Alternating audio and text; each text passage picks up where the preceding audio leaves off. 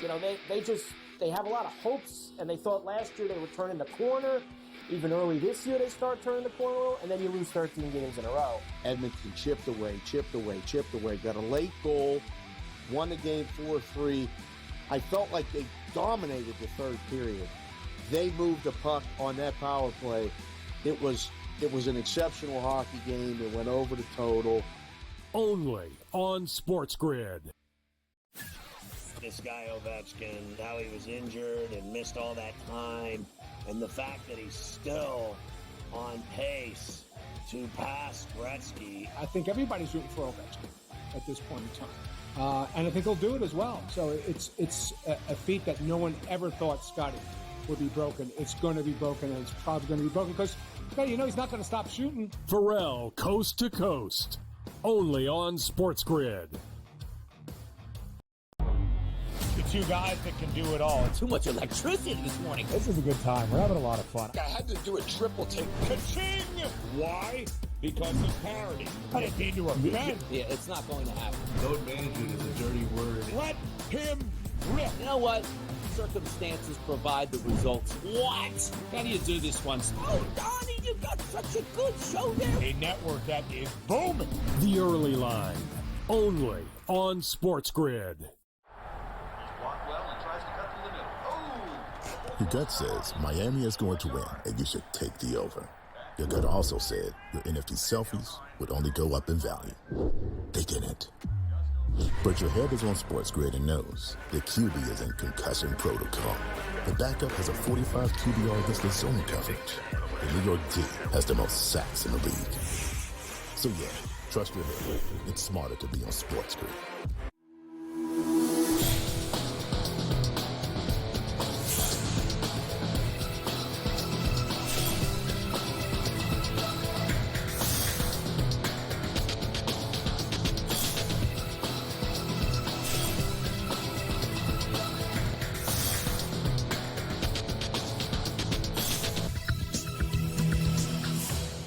Good morning. Welcome to NewsWire here on SportsGrid. I'm Craig Mish. AFC NFC Championship weekend is finally here. We'll have full previews here on the show today. Adam Kaufman will join us here on the program. Of course, Matt Lutovsky from Sporting News.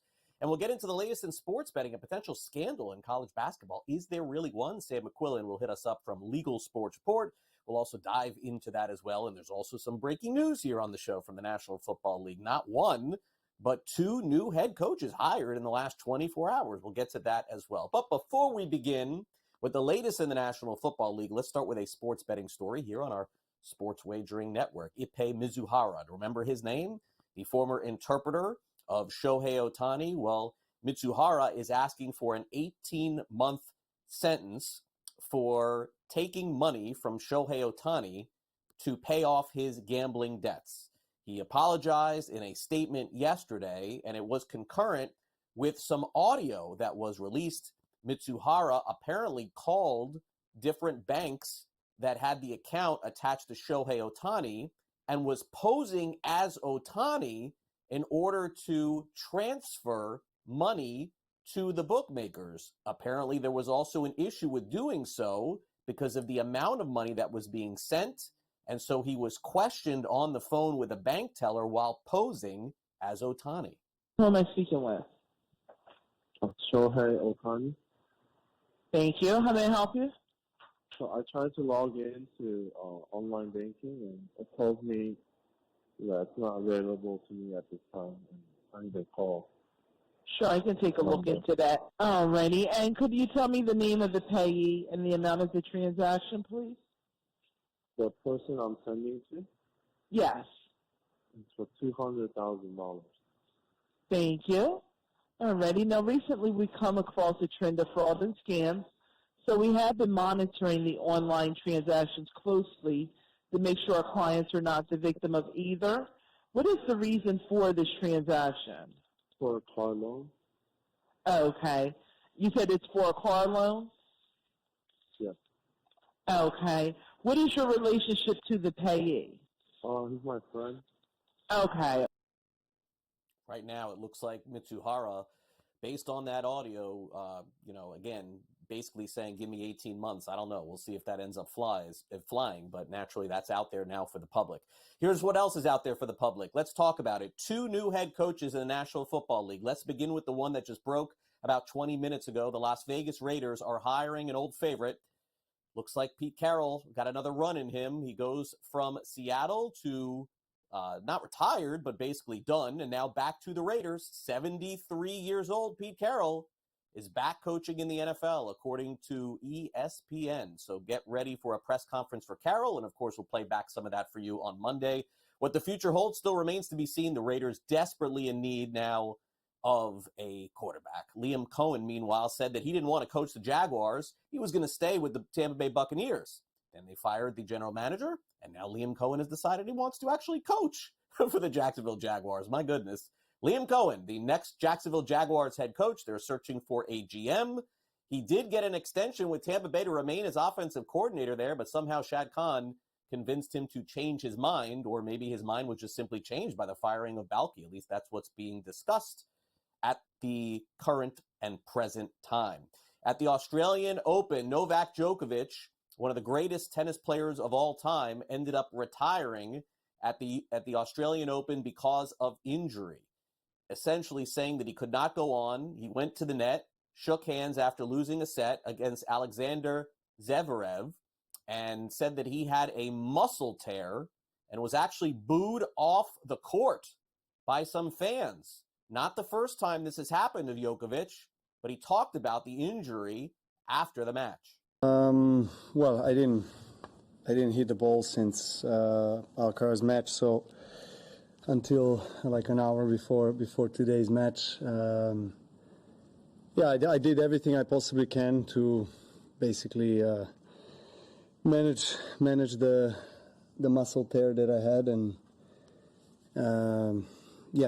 medications, and I guess the strap and the physio work helped to some extent today, but towards the end of that first set, I just started feeling more and more pain, and it was too much to handle for me at the moment. So unfortunate ending, but I tried. And he was out there, but not good enough for Djokovic, who of course is going to have to get healthy before the next time we see him on the court. All right, let's get to the National Football League. Let's talk about Jabril Peppers. There's a woman that testifies Peppers attacked her, of the New England Patriots, by grabbing her in the neck, slamming her against the wall, pushing her down the stairs. These are allegations that she testified on the first day of Peppers' trial on charges of assault and battery of a dangerous weapon. Sean McVay is hoping for Matthew Stafford to return to the Rams. Stafford has not given an indication one way or the other as to whether or not he's going to play next season. Meanwhile, Kevin Stefanski gave an indication on his future. Of course,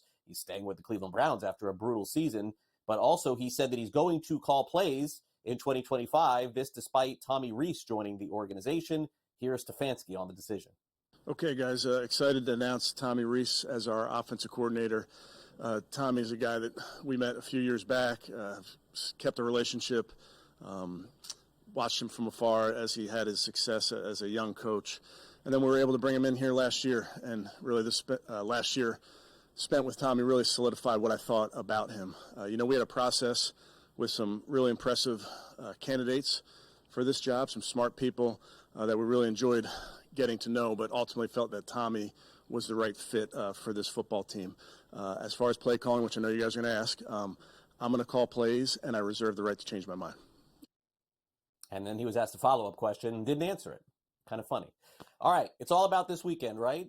First, let's get to real quick. Lions general manager Brad Holmes still confident in Jared Goff. Looks like Goff will be their quarterback next season despite the playoff game that he had. Here are the current lines for the AFC and NFC championship. I know you're all waiting for this. I didn't forget.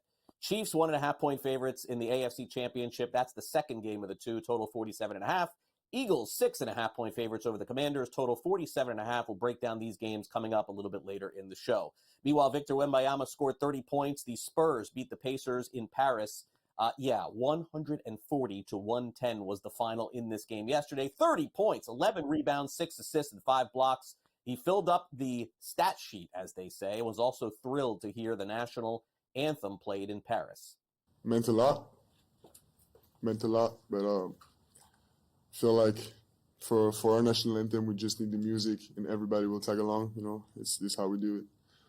So we could, you know, maybe next game everybody will have the chance to, if we just have the music to sing. But it means everything, you know. It's not disappointing to, you know, to have. It's crazy to have the public like that show up. So it was great. One of the big upsets in the NBA last night, Boston Celtics 5-point favorites going into LA. Lakers win the game outright. Huge game for LeBron, 20 points, 14.6 assists. Meanwhile, fifth straight double for Nikola Jokic yesterday. How about this stat sheet? 35 points, 22 rebounds, 17 assists. Doesn't seem real. Nuggets beat the Kings 132-123, and the Bucks beat the Heat without Jimmy Butler 125-96. Butler still a member of the Heat despite being suspended. Jurickson Profar, 3 years, $42 million. The Atlanta Braves are finally on the board in Major League Baseball's free agency. Had a nice year last year. They're banking on 3 more. Pete Alonso and the Jays, could it happen? SNY reporting that there's some movement on that. We'll keep an eye this weekend. Also, some new rule changes in Major League Baseball, although minor. They're surrounding the shift as to whether or not it is violated. You can still actually keep the play as a result if a shift violation happens. And naturally, this is something that Major League Baseball is just trying to make sure if you break the rules on the shifts, you can still take the outcome of the play. All right, let's take a quick timeout here on NewsWire. When we come back next, the final opinions on the AFC and NFC Championship. We'll bring in Matt Lutovsky for those.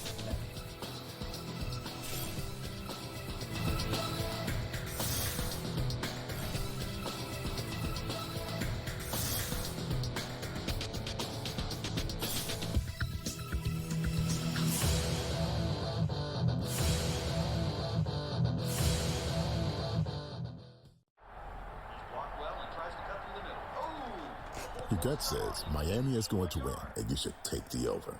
Your gut also said your NFT selfies would only go up in value. They didn't.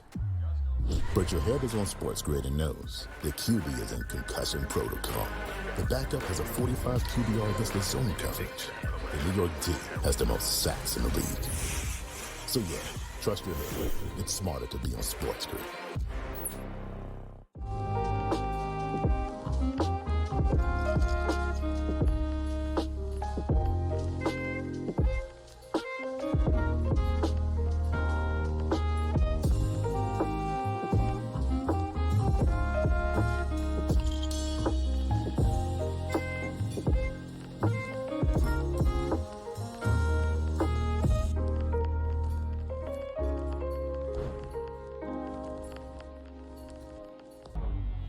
Two guys that can do it all. Too much electricity this morning. This is a good time. We're having a lot of fun. I had to do a triple take. Ka-ching! Why?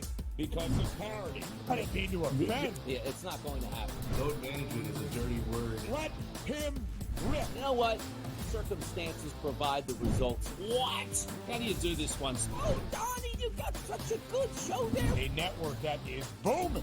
The Early Line, only on SportsGrid. It's Championship Sunday. Can rookie sensation Jaden Daniels clip the Eagles' wings on his way to Super Bowl history? Then, two teams that know each other all too well face off in the AFC in the Bills and Chiefs. SportsGrid has you covered all day Sunday. Start at 8 a.m. with FST, followed by Pro Football Today, and stay with us for in-game live game day. Only on SportsGrid.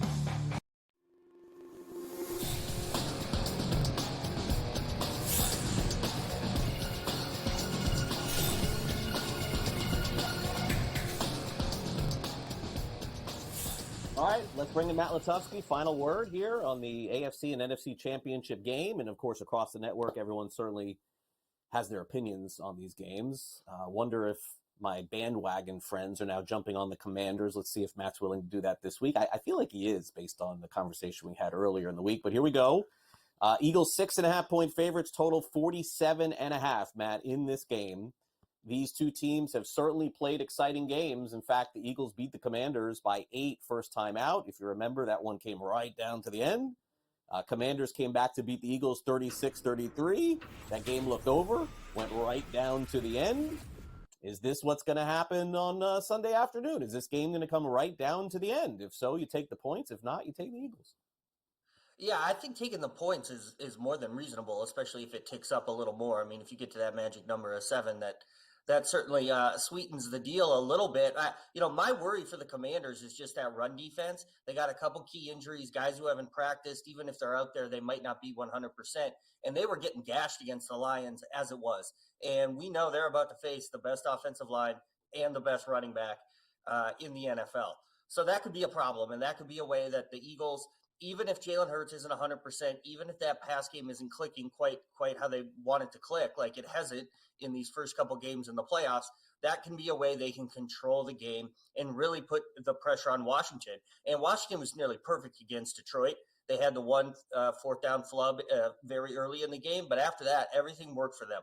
That's going to be a lot tougher against the Eagles. So I think that they're going to have a tough path to winning. I think it's certainly possible, though. And given the fact that it's possible, how good Jaden Daniels is, the way he can extend plays, the way he can make big plays with just picture-perfect passes down the field to his receivers, that gives them a chance to win the game. And obviously, if a team can win outright, they certainly can cover, 6.5, or if it gets up even higher than that. So I think we're going to be in for a good game. Like you said, the first 2 were within 8. The Eagles needed a fourth-quarter comeback in the first one. The second one, Jalen Hurts didn't play much, so that's sort of a weird game, but nonetheless, the Commanders did come back. They scored 36 points against that Eagles defense. Jalen Hurts doesn't play defense. They scored 36 on him. So these teams know each other really well, so I think we're in for a good game. Yeah, well said there. What's interesting here is Jaden Daniels is the 6th rookie quarterback since 1970 to start a conference championship. But, Matt, you know what's interesting about this? I look at this list, and I think back to some of the teams that these guys played on. Sean King, right? It was their defense. It was the Buccaneers defense that got them there. Ben Roethlisberger, very early on in his career, it was also the defense of the Steelers that got them there. Ben was much better later on in his career, yes, but it was their defense. You saw Mark Sanchez's name. He wasn't that good. It was the Jets defense also. So, this is different here.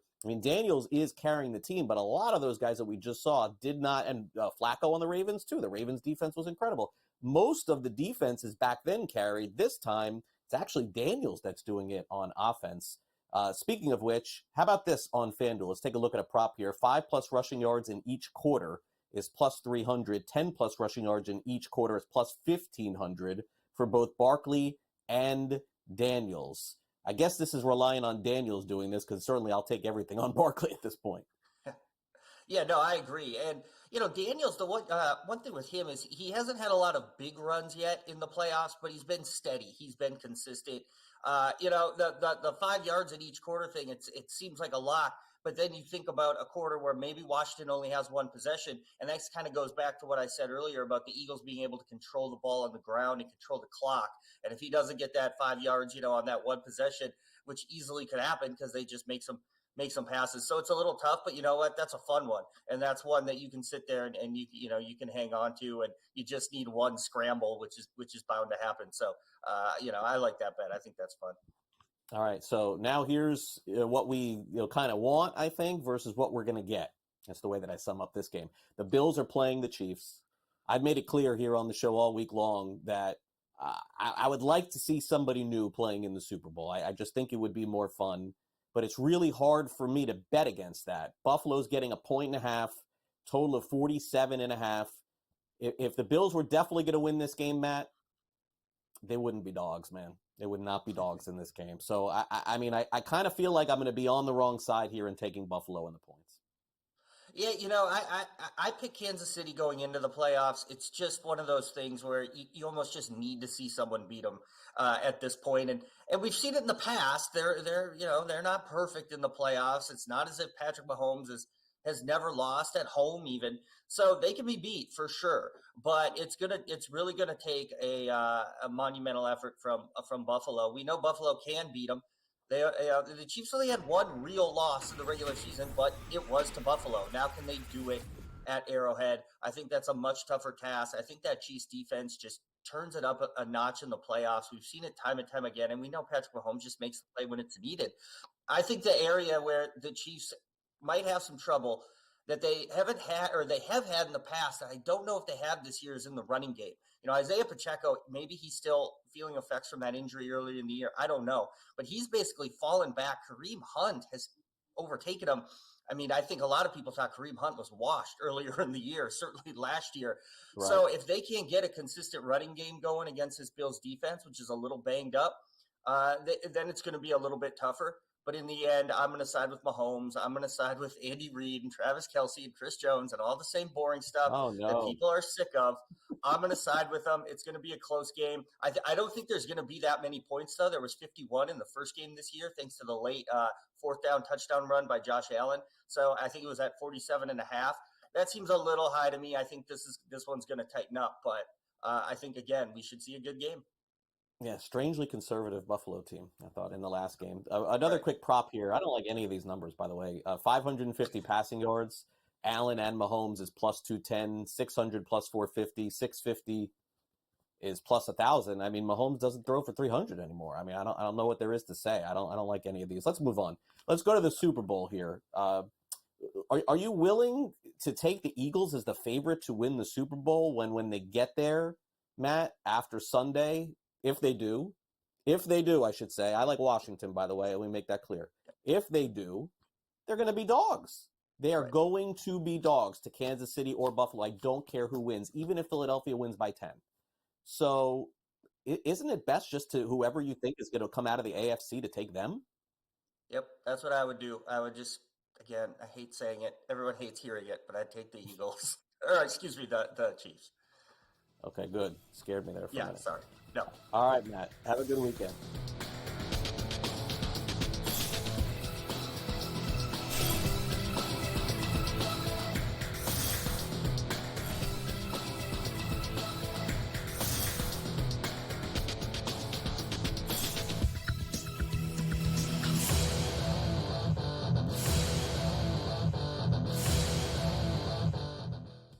It's Championship Sunday.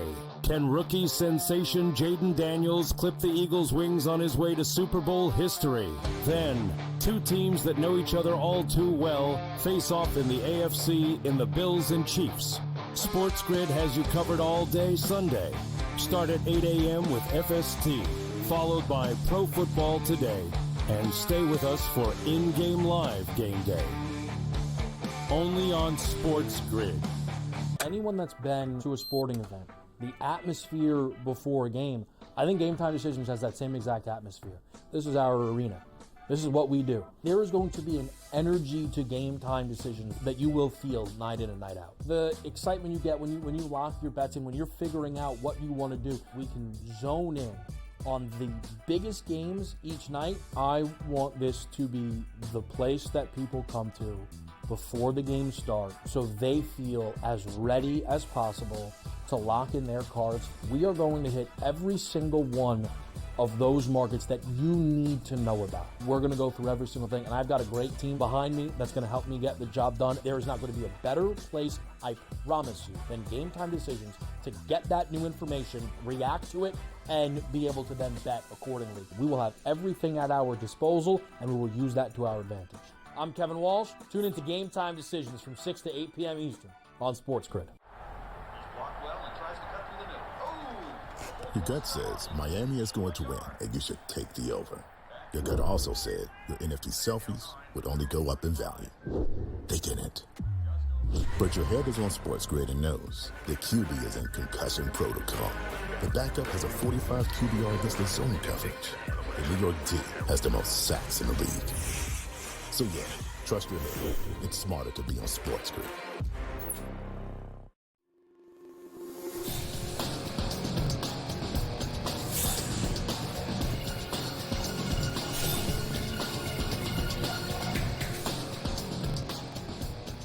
Welcome back to NewsWire here on SportsGrid. You ready for our big preview of the AFC and NFC Championship game? We have so much great programming going on this weekend for it, but we're going to do it here on the show a little bit more. We'll hear from the offensive coordinator of the Eagles. Also, we'll get a pick from Kevin Walsh on the game. You'll catch his coverage over the weekend. Also talk a little Washington. And hey, Dr. Chow's back with us as well. Time now for the SportsGrid Sound Off.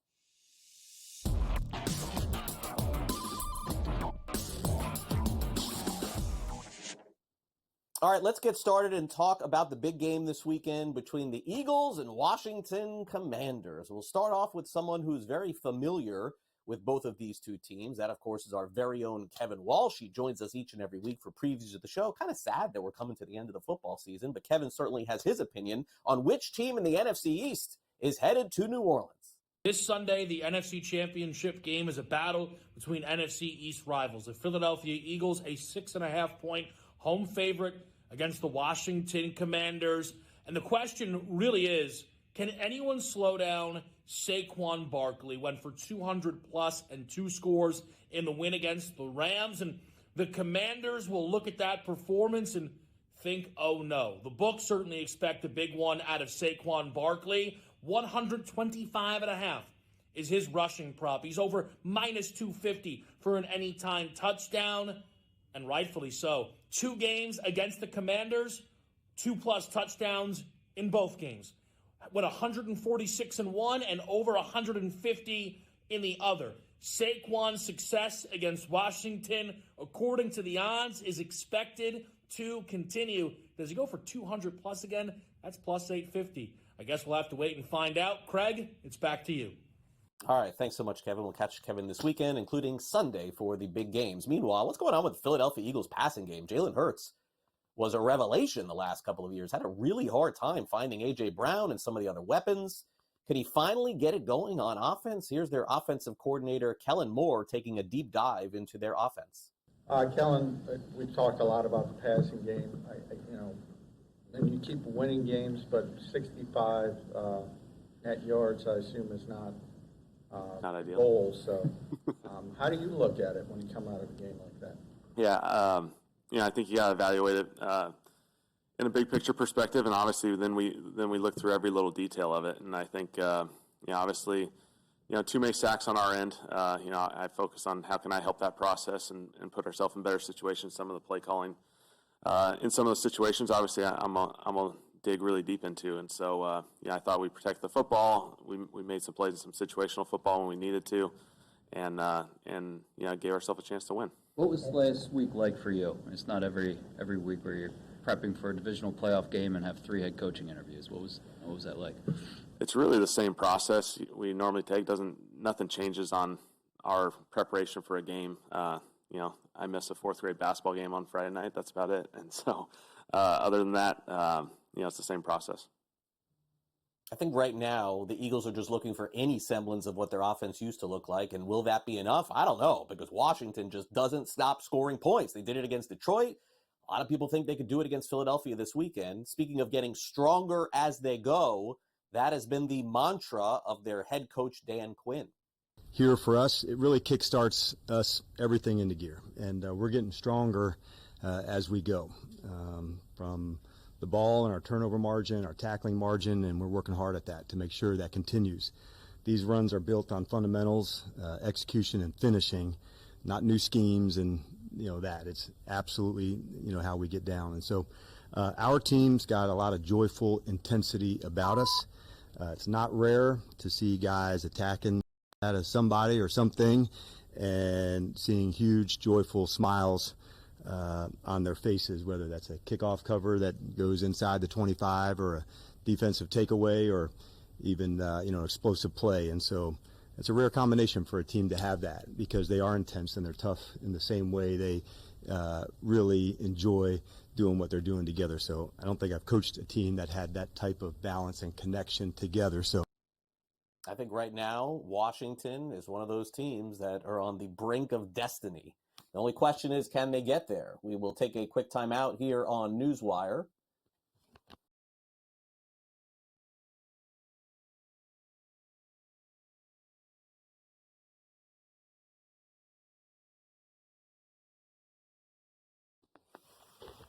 We'll take a quick time out here on NewsWire. When we come back next, we'll hear from Sam McQuillan of Legal Sports Report. Quick blip here, technical issue. We'll get through it. Sam will join us next. Tell us about the latest, about the potential improprieties going on in college basketball with one school that's being investigated. We'll be right back. Don't go away.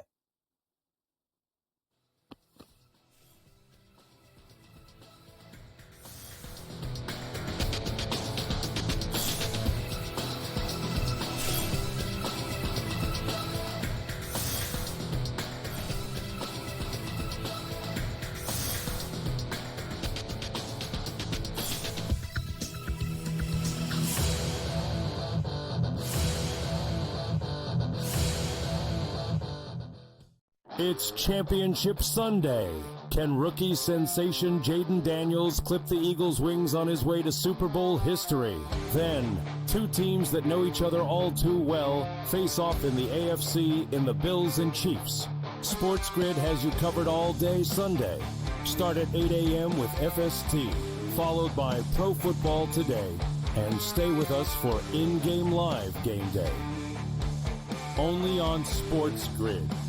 Saturday, January 25th is a huge day at Gulfstream Park. It is Pegasus Cup Day. We're going to have a preview show. First Bet presents the DRF handicapping show for Pegasus World Cup. Alexa, tell us more. Yep, Friday, January 24th. Make sure to tune in on SportsGrid TV from 2 to 3 p.m.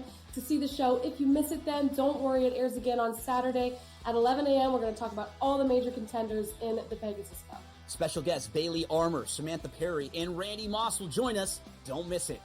There is going to be an energy to game time decisions that you will feel night in and night out. We're going to go through every single thing, and I've got a great team behind me that's going to help me get the job done. I want this to be the place that people come to. We are going to hit every single one of those markets that you need to know about. There is not going to be a better place, I promise you, than game time decisions. We will have everything at our disposal, and we will use that to our advantage. I'm Kevin Walsh. Tune into Game Time Decisions from 6 to 8 p.m. Eastern on SportsGrid. Your gut says Miami is going to win, and you should take the over. Your gut also said your NFT selfies would only go up in value. They didn't. But your head is on SportsGrid and knows the QB is in concussion protocol. The backup has a 45 QBR against the zone coverage. The New York D has the most sacks in the league. So yeah, trust your head. It's smarter to be on SportsGrid.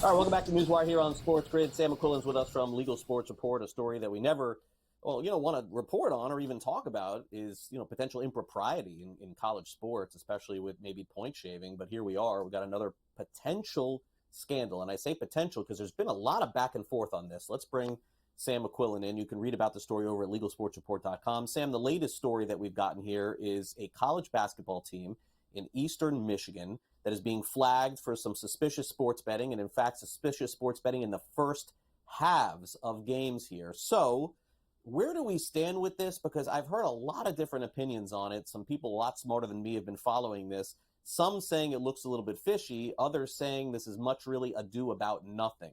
I don't know that we have the answer yet, but they're investigating another game in this.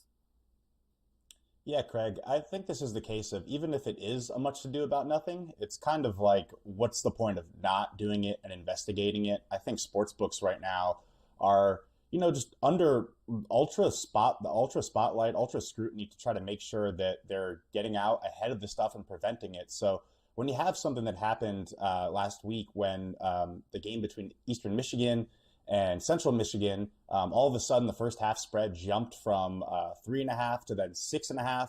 That does happen in sports with big bets, but we're talking about a mid-major conference here and a regular season game between two lower high-profile teams. So when the first half spread jumps about 3 points just before tip-off, it's going to set off some alarm bells, especially with everything else that's been going on over the past year in terms of suspicious betting activity. So you had Integrity Compliance 360, which is one of these sports betting monitoring firms where it's their job to monitor this stuff and then alert a sports book about it, alert the NCAA about it. They contacted the schools and state regulators as well, saying that they're now kind of looking at the wagering activity around this game. This is the second Eastern Michigan basketball game to set off red flags at the Sports Betting Integrity Monitoring Service. Just a month ago, you had a game against Wright State and Eastern Michigan, where the first half spread jumped a considerable number of points against Eastern Michigan again. So seems to kind of be a theme here they're tracking in the last case of this kind of happening, which is still under investigation. The firm was able to monitor a couple of big bets that came specifically from accounts in Connecticut and Tennessee that had previously been flagged for suspicious wagers in the past. So that kind of ties into it as well. It's not just big bets are coming in late. It's sort of a theme going on here. So They're going to continue to kind of investigate everything. Nothing's been determined yet. State regulators are involved. The NCAA is involved. The school's involved. They're kind of just trying to get the facts here and do their due diligence. And we've seen, unfortunately, like you mentioned, we've seen this happen a bunch over the past couple of years. And usually the facts do come to the light.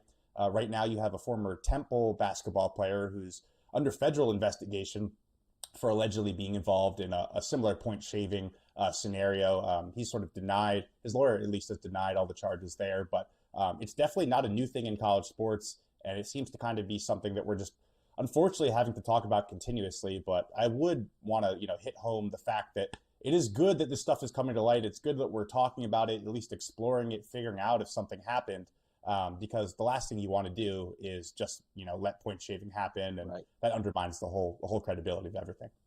Yeah, no, and it does make sense to look into it. Hopefully we'll get some clarity on that too, because again, when you're talking about something like point shaving, especially with college basketball, you're probably talking about several players on the team, not just one, I would think. So that's something that has to be looked into. All right, meanwhile, another platform is offering some sports outcomes, as they say. This is the same website, if I'm not mistaken, Sam, that offered bets on the presidency. Maybe I used a bad word in bets. Outcomes of the presidency, too.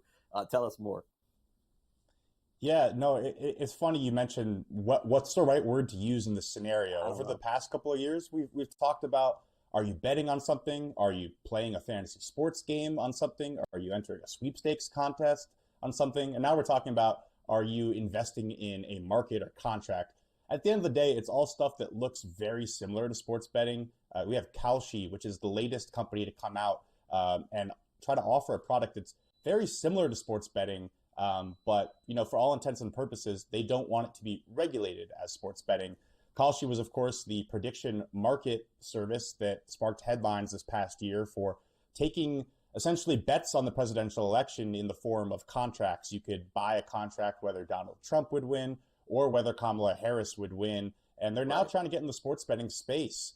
They filed with the Commodity Futures Trading Commission this week to offer markets tied to the Super Bowl, offering will Team X win X probably being the Super Bowl. So they're preparing to offer, these markets this week, start taking essentially bets or contracts on the game. And it comes just a week after Crypto.com got in kind of a similar situation. They defied the CFTC's ask to halt offering these markets while the CFTC conducts their 90-day review. Essentially, the CFTC is trying to figure out, is this sports betting? Can we say it's sports betting legally and then get these companies to then obviously be regulated, pay the fees? The reason they're doing it this way is essentially so they don't have to take all the time and go through all the hoops that companies like FanDuel and DraftKings have been doing. I'd have to imagine the companies that offer the actual regulated sports betting products would not be too happy if their competitors can simply just prop up a very similar product without similar regulations. We've had Robinhood as well say that they're exploring similar things. So it's this thing trending now where basically these things that function like stock markets, Crypto.com, you invest in coins, they want you to be able to invest in the outcomes of sports. So it's kind of taking that definition of gambling and people talk about the stock market being gambling. It's what do we actually call it at the end of the day, and how do we regulate it, especially when it's on a state-by-state basis? Kalshi is no stranger to working with the CFTC or denying their requests. This past year, they were asked to stop offering their markets on the election because technically, under American law, you can't have a sports book. You can't offer, is this president going to win? Is that president going to win? It's legal to bet on elections. But by doing it through a market system where you invest in contracts, federal appeals court said that was okay, and they didn't have jurisdiction, which kind of opened up the door to this whole thing we're talking about with the pseudo sports betting space. So I think it'll be really interesting, if they are able to go through and take these bets on the Super Bowl, A, how they do, B, where does the pushback come from, and then, C, what does the actual regulated sports betting industry do about it? So definitely not the last we've heard with this story. Will be interesting to see, too, if others try to follow suit. Yeah, a lot of websites are coming up with new innovative ways to not say we take bets. Basically, that's the way I view it. All right. Speaking of taking bets, the offshore markets are, there's a big clampdown on them, and I'm actually surprised that a lot of the states have been successful in sending these cease and desist. So now another one comes out. Michigan says to the company MyBookie, no more taking bets. Do you think MyBookie will, Sam, oblige to this? I was very surprised to see that a lot of the offshores have obliged to it. I just didn't know what the thinking was there. Yeah, it's definitely a valid point. One of the reasons we haven't seen states really, or even federal authorities really crack down on it for that matter, is because a lot of states lack the jurisdiction to really enforce these rules. What they can do, and what Michigan's done in this case, is send a cease and desist to the operator of MyBookie. It's a Curacao-based company called Duranba, which offers MyBookie across the country without paying fees, taxes, regulations. The fact that Michigan has had success stopping, previous other bookies like Papaya Gaming, like Bovada, they've had success with that. So we'll have to see. Maybe they'll have success here with this, but they kind of lack the teeth to really enforce it.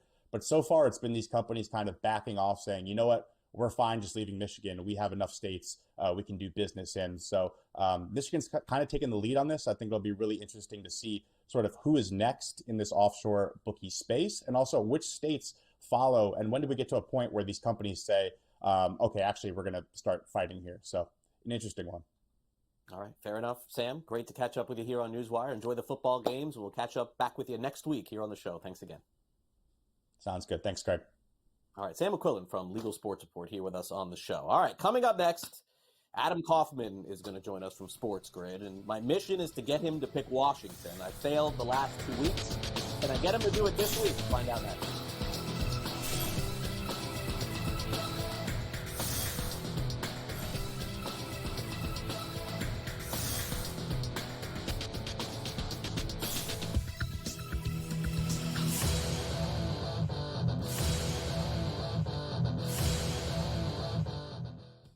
It's Championship Sunday. Can rookie sensation Jaden Daniels clip the Eagles' wings on his way to Super Bowl history? Then, two teams that know each other all too well face off in the AFC in the Bills and Chiefs. SportsGrid has you covered all day Sunday. Start at 8 a.m. with FST, followed by Pro Football Today, and stay with us for in-game live game day. Only on SportsGrid. Saturday, January 25th is a huge day at Gulfstream Park. It is Pegasus Cup Day. We're going to have a preview show. First Bet presents the DRF handicapping show for Pegasus World Cup. Alexa, tell us more. Yep, Friday, January 24th. Make sure to tune in on SportsGrid TV from 2 to 3 p.m. to see the show. If you miss it then, don't worry. It airs again on Saturday at 11 a.m. We're going to talk about all the major contenders in the Pegasus Cup. Special guests Bailey Armour, Samantha Perry, and Randy Moss will join us. Don't miss it. There is going to be an energy to game time decisions that you will feel night in and night out. We're going to go through every single thing, and I've got a great team behind me that's going to help me get the job done. I want this to be the place that people come to. We are going to hit every single one of those markets that you need to know about. There is not going to be a better place, I promise you, than Game Time Decisions. We will have everything at our disposal, and we will use that to our advantage. I'm Kevin Walsh. Tune into Game Time Decisions from 6 to 8 p.m. Eastern on SportsGrid. Your gut says Miami is going to win, and you should take the over. Your gut also said your NFT selfies would only go up in value. They didn't. But your head is on SportsGrid and knows the QB is in concussion protocol. The backup has a 45 QBR against the zone coverage. The New York D has the most sacks in the league. So yeah, trust your head. It's smarter to be on SportsGrid.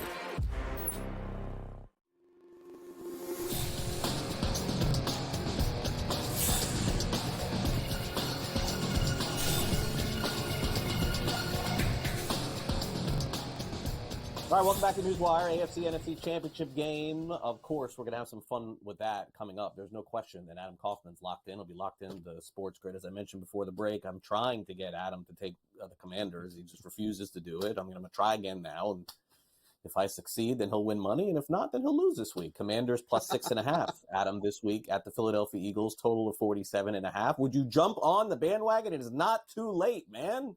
I mean, it's happening. It's happening. Hats off to you, first and foremost, because, yeah, I was emphatic about the Lions last week, and you were like, you may want to look the other way, pal. I'll tell you what, I do like the Eagles in this one, but I do not feel strongly about it as I did last week, especially when you consider underdogs went 4-0 against the spread on closing spreads in the divisional round. So maybe Sunday is a day for the dogs between the Commanders and the Bills there in Kansas City. I know we'll talk about that one. I think the thing that you have to look at with this game is, look, you can't count out Jaden Daniels ever. And I think there are some good players on that team, whether it's Terry McLaurin or Austin Eckler, that I think have very favorable spots to invest in their props. When it comes to the other side, it's sort of twofold. This is where I talk out of both sides of my mouth. Is Jalen Hurts' leg okay? How's he going to be moving out there? I'm sure he's going to play, but what does it look like? Does it even matter, considering Philadelphia put up 30-plus points without him, with Kenny Pickett when he went down in the regular season meeting? Also, is Dallas Goedert going to play? And if he does, what's he going to look like? Because I think he has a very good matchup if, in fact, he is out there. But the most important player, and I think we can agree on this, Saquon Barkley. How in the world do you stop Saquon Barkley? We have seen him go for 200-plus multiple times against the Rams, obviously, and now he's gone for basically 150-plus in both matchups with the Commanders this year, this being round 3. It's a woeful run defense. If you can somehow, and I don't mean stop, nobody can stop Saquon Barkley, but if you can somehow contain him, if you can hold him to 85, 90, maybe even just 100 yards with his prop sitting all the way right around 130 at this point, talk about an overreaction from the books, then I think at that point, you got yourselves a real shot. But if he goes for 150, 175 rushing, receiving combined, I just don't think there's enough that Jaden Daniels can do to win this game.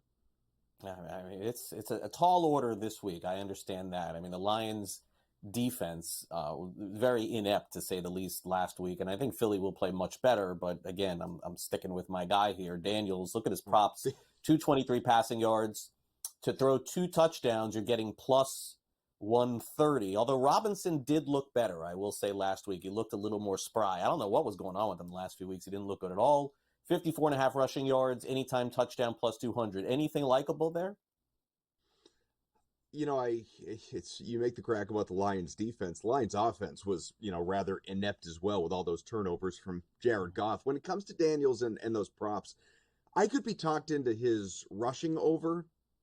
Again, we're looking at it 54.5. I think that he is going to at least try and take off a fair amount here in this game and just sort of open up the game that way. I'm not terribly interested in his passing props, especially going over 1.5 on passing touchdowns. And that doesn't mean he can't get there. Doesn't mean we won't get another high-scoring game. We saw these teams combine for almost 70 points in their last matchup a few weeks back.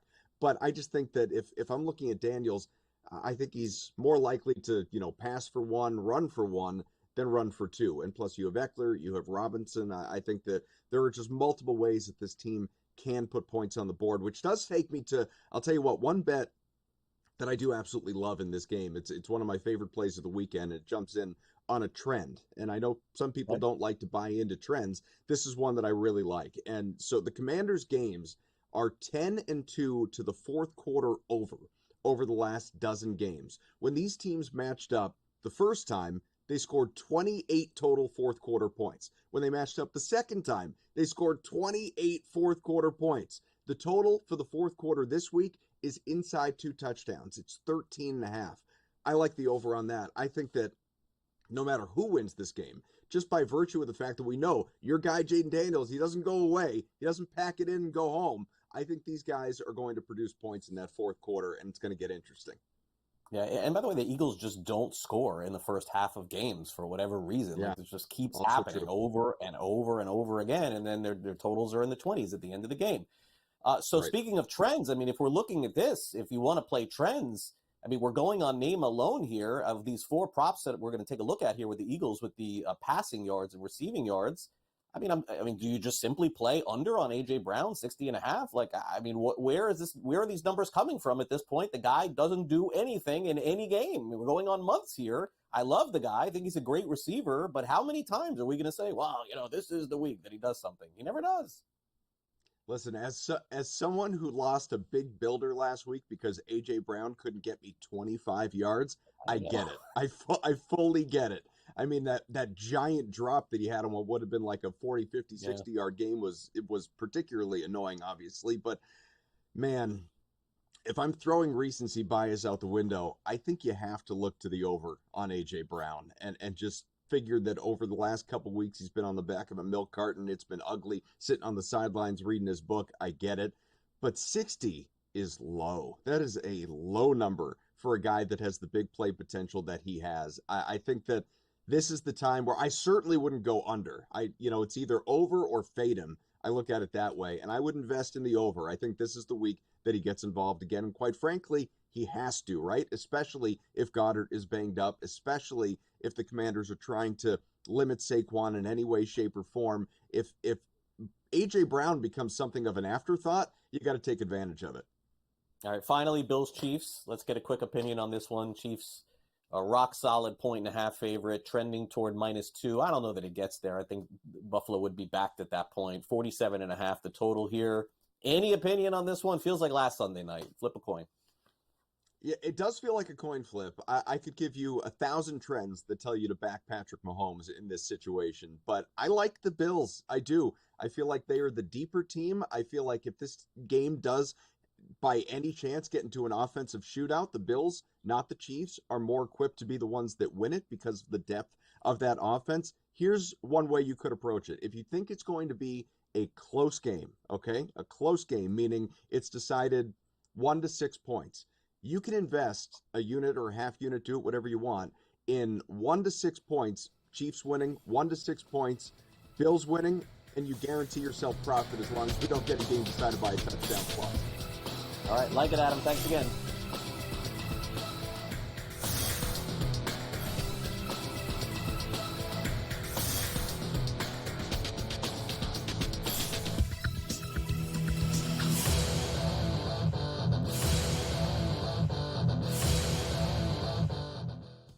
It's Championship Sunday.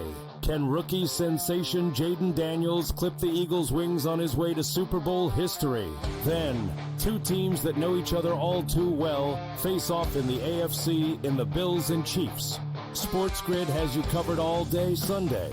Start at 8 a.m. with FST, followed by Pro Football Today, and stay with us for in-game live game day. Only on SportsGrid. Saturday, January 25th is a huge day at Gulfstream Park. It is Pegasus Cup Day. We're going to have a preview show. First Bet presents the DRF handicapping show for Pegasus World Cup. Alexa, tell us more. Yep, Friday, January 24th. Make sure to tune in on SportsGrid TV from 2 to 3 p.m. to see the show. If you miss it then, don't worry. It airs again on Saturday at 11 a.m. We're going to talk about all the major contenders in the Pegasus Cup. Special guests Bailey Armour, Samantha Perry, and Randy Moss will join us. Don't miss it. There is going to be an energy to game time decisions that you will feel night in and night out. We're going to go through every single thing, and I've got a great team behind me that's going to help me get the job done. I want this to be the place that people come to. We are going to hit every single one of those markets that you need to know about. There is not going to be a better place, I promise you, than game time decisions. We will have everything at our disposal, and we will use that to our advantage. I'm Kevin Walsh. Tune into Game Time Decisions from 6 to 8 p.m. Eastern on SportsGrid. Your gut says Miami is going to win, and you should take the over. Your gut also said your NFT selfies would only go up in value. They didn't. But your head is on SportsGrid and knows the QB is in concussion protocol. The backup has a 45 QBR against the zone coverage. The New York D has the most sacks in the league. So yeah, trust your head. It's smarter to be on SportsGrid.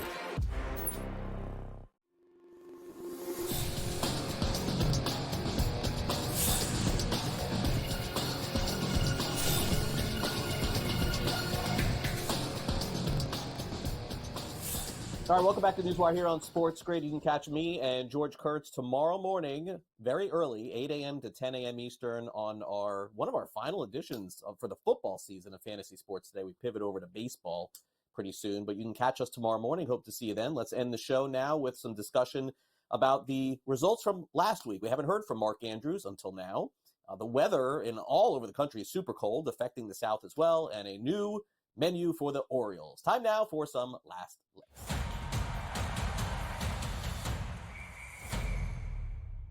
I think most people thought it was a little bizarre that a good guy, and he's known as a good guy, Mark Andrews, Baltimore Ravens, who had a moment or two to forget in the AFC Championship, didn't talk after the game, did not speak to reporters. A little bit surprising there to see because, again, I mean, this has always been one of the good guys in the media, but he did not and was really feeling it as he posted on, I believe it was Instagram yesterday, that Andrews essentially has been distraught and said that he had a really hard time talking about what happened. And certainly there's no chance that any of you can read what he wrote there, but specifically very upset with what the outcome was from the game on Sunday. And I will say this about Andrews. There's some people who think that this is a situation where he can't return to play for the Ravens again because of what happened. I think that's kind of a little bit ridiculous. Will he always be remembered for those moments? Probably so.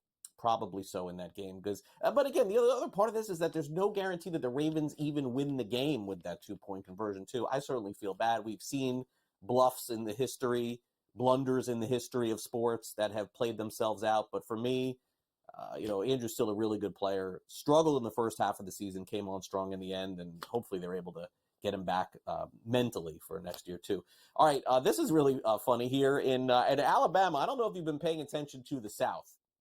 Louisiana, Alabama. They've been getting crazy amounts of snow, even in northern Florida, Pensacola, and Tallahassee.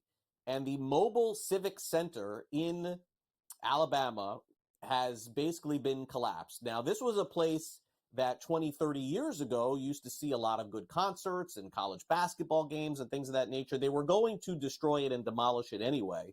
But because of the amount of snow that landed on the top of the Mobile Civic Center in Mobile, Alabama, this thing collapsed and is done.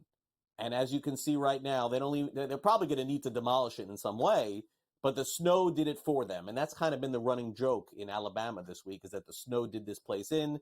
A lot of people commenting that this was a place for their childhood where they saw a lot of concerts before they built up the area and build new concert arenas and things like that as well. But yes, it has been super cold in the South, just like all of you who are watching in the North. It has been, kind of frigid and snowing in places we never thought in the month of January. And finally, if you're looking for a good deal, the Baltimore Orioles will give you one this season. If you're willing to spend about $3 or $4, the Orioles have implemented a new concession menu at Camden Yards this season. How about this? 11 items of $5 or less. Peanuts for $2.50.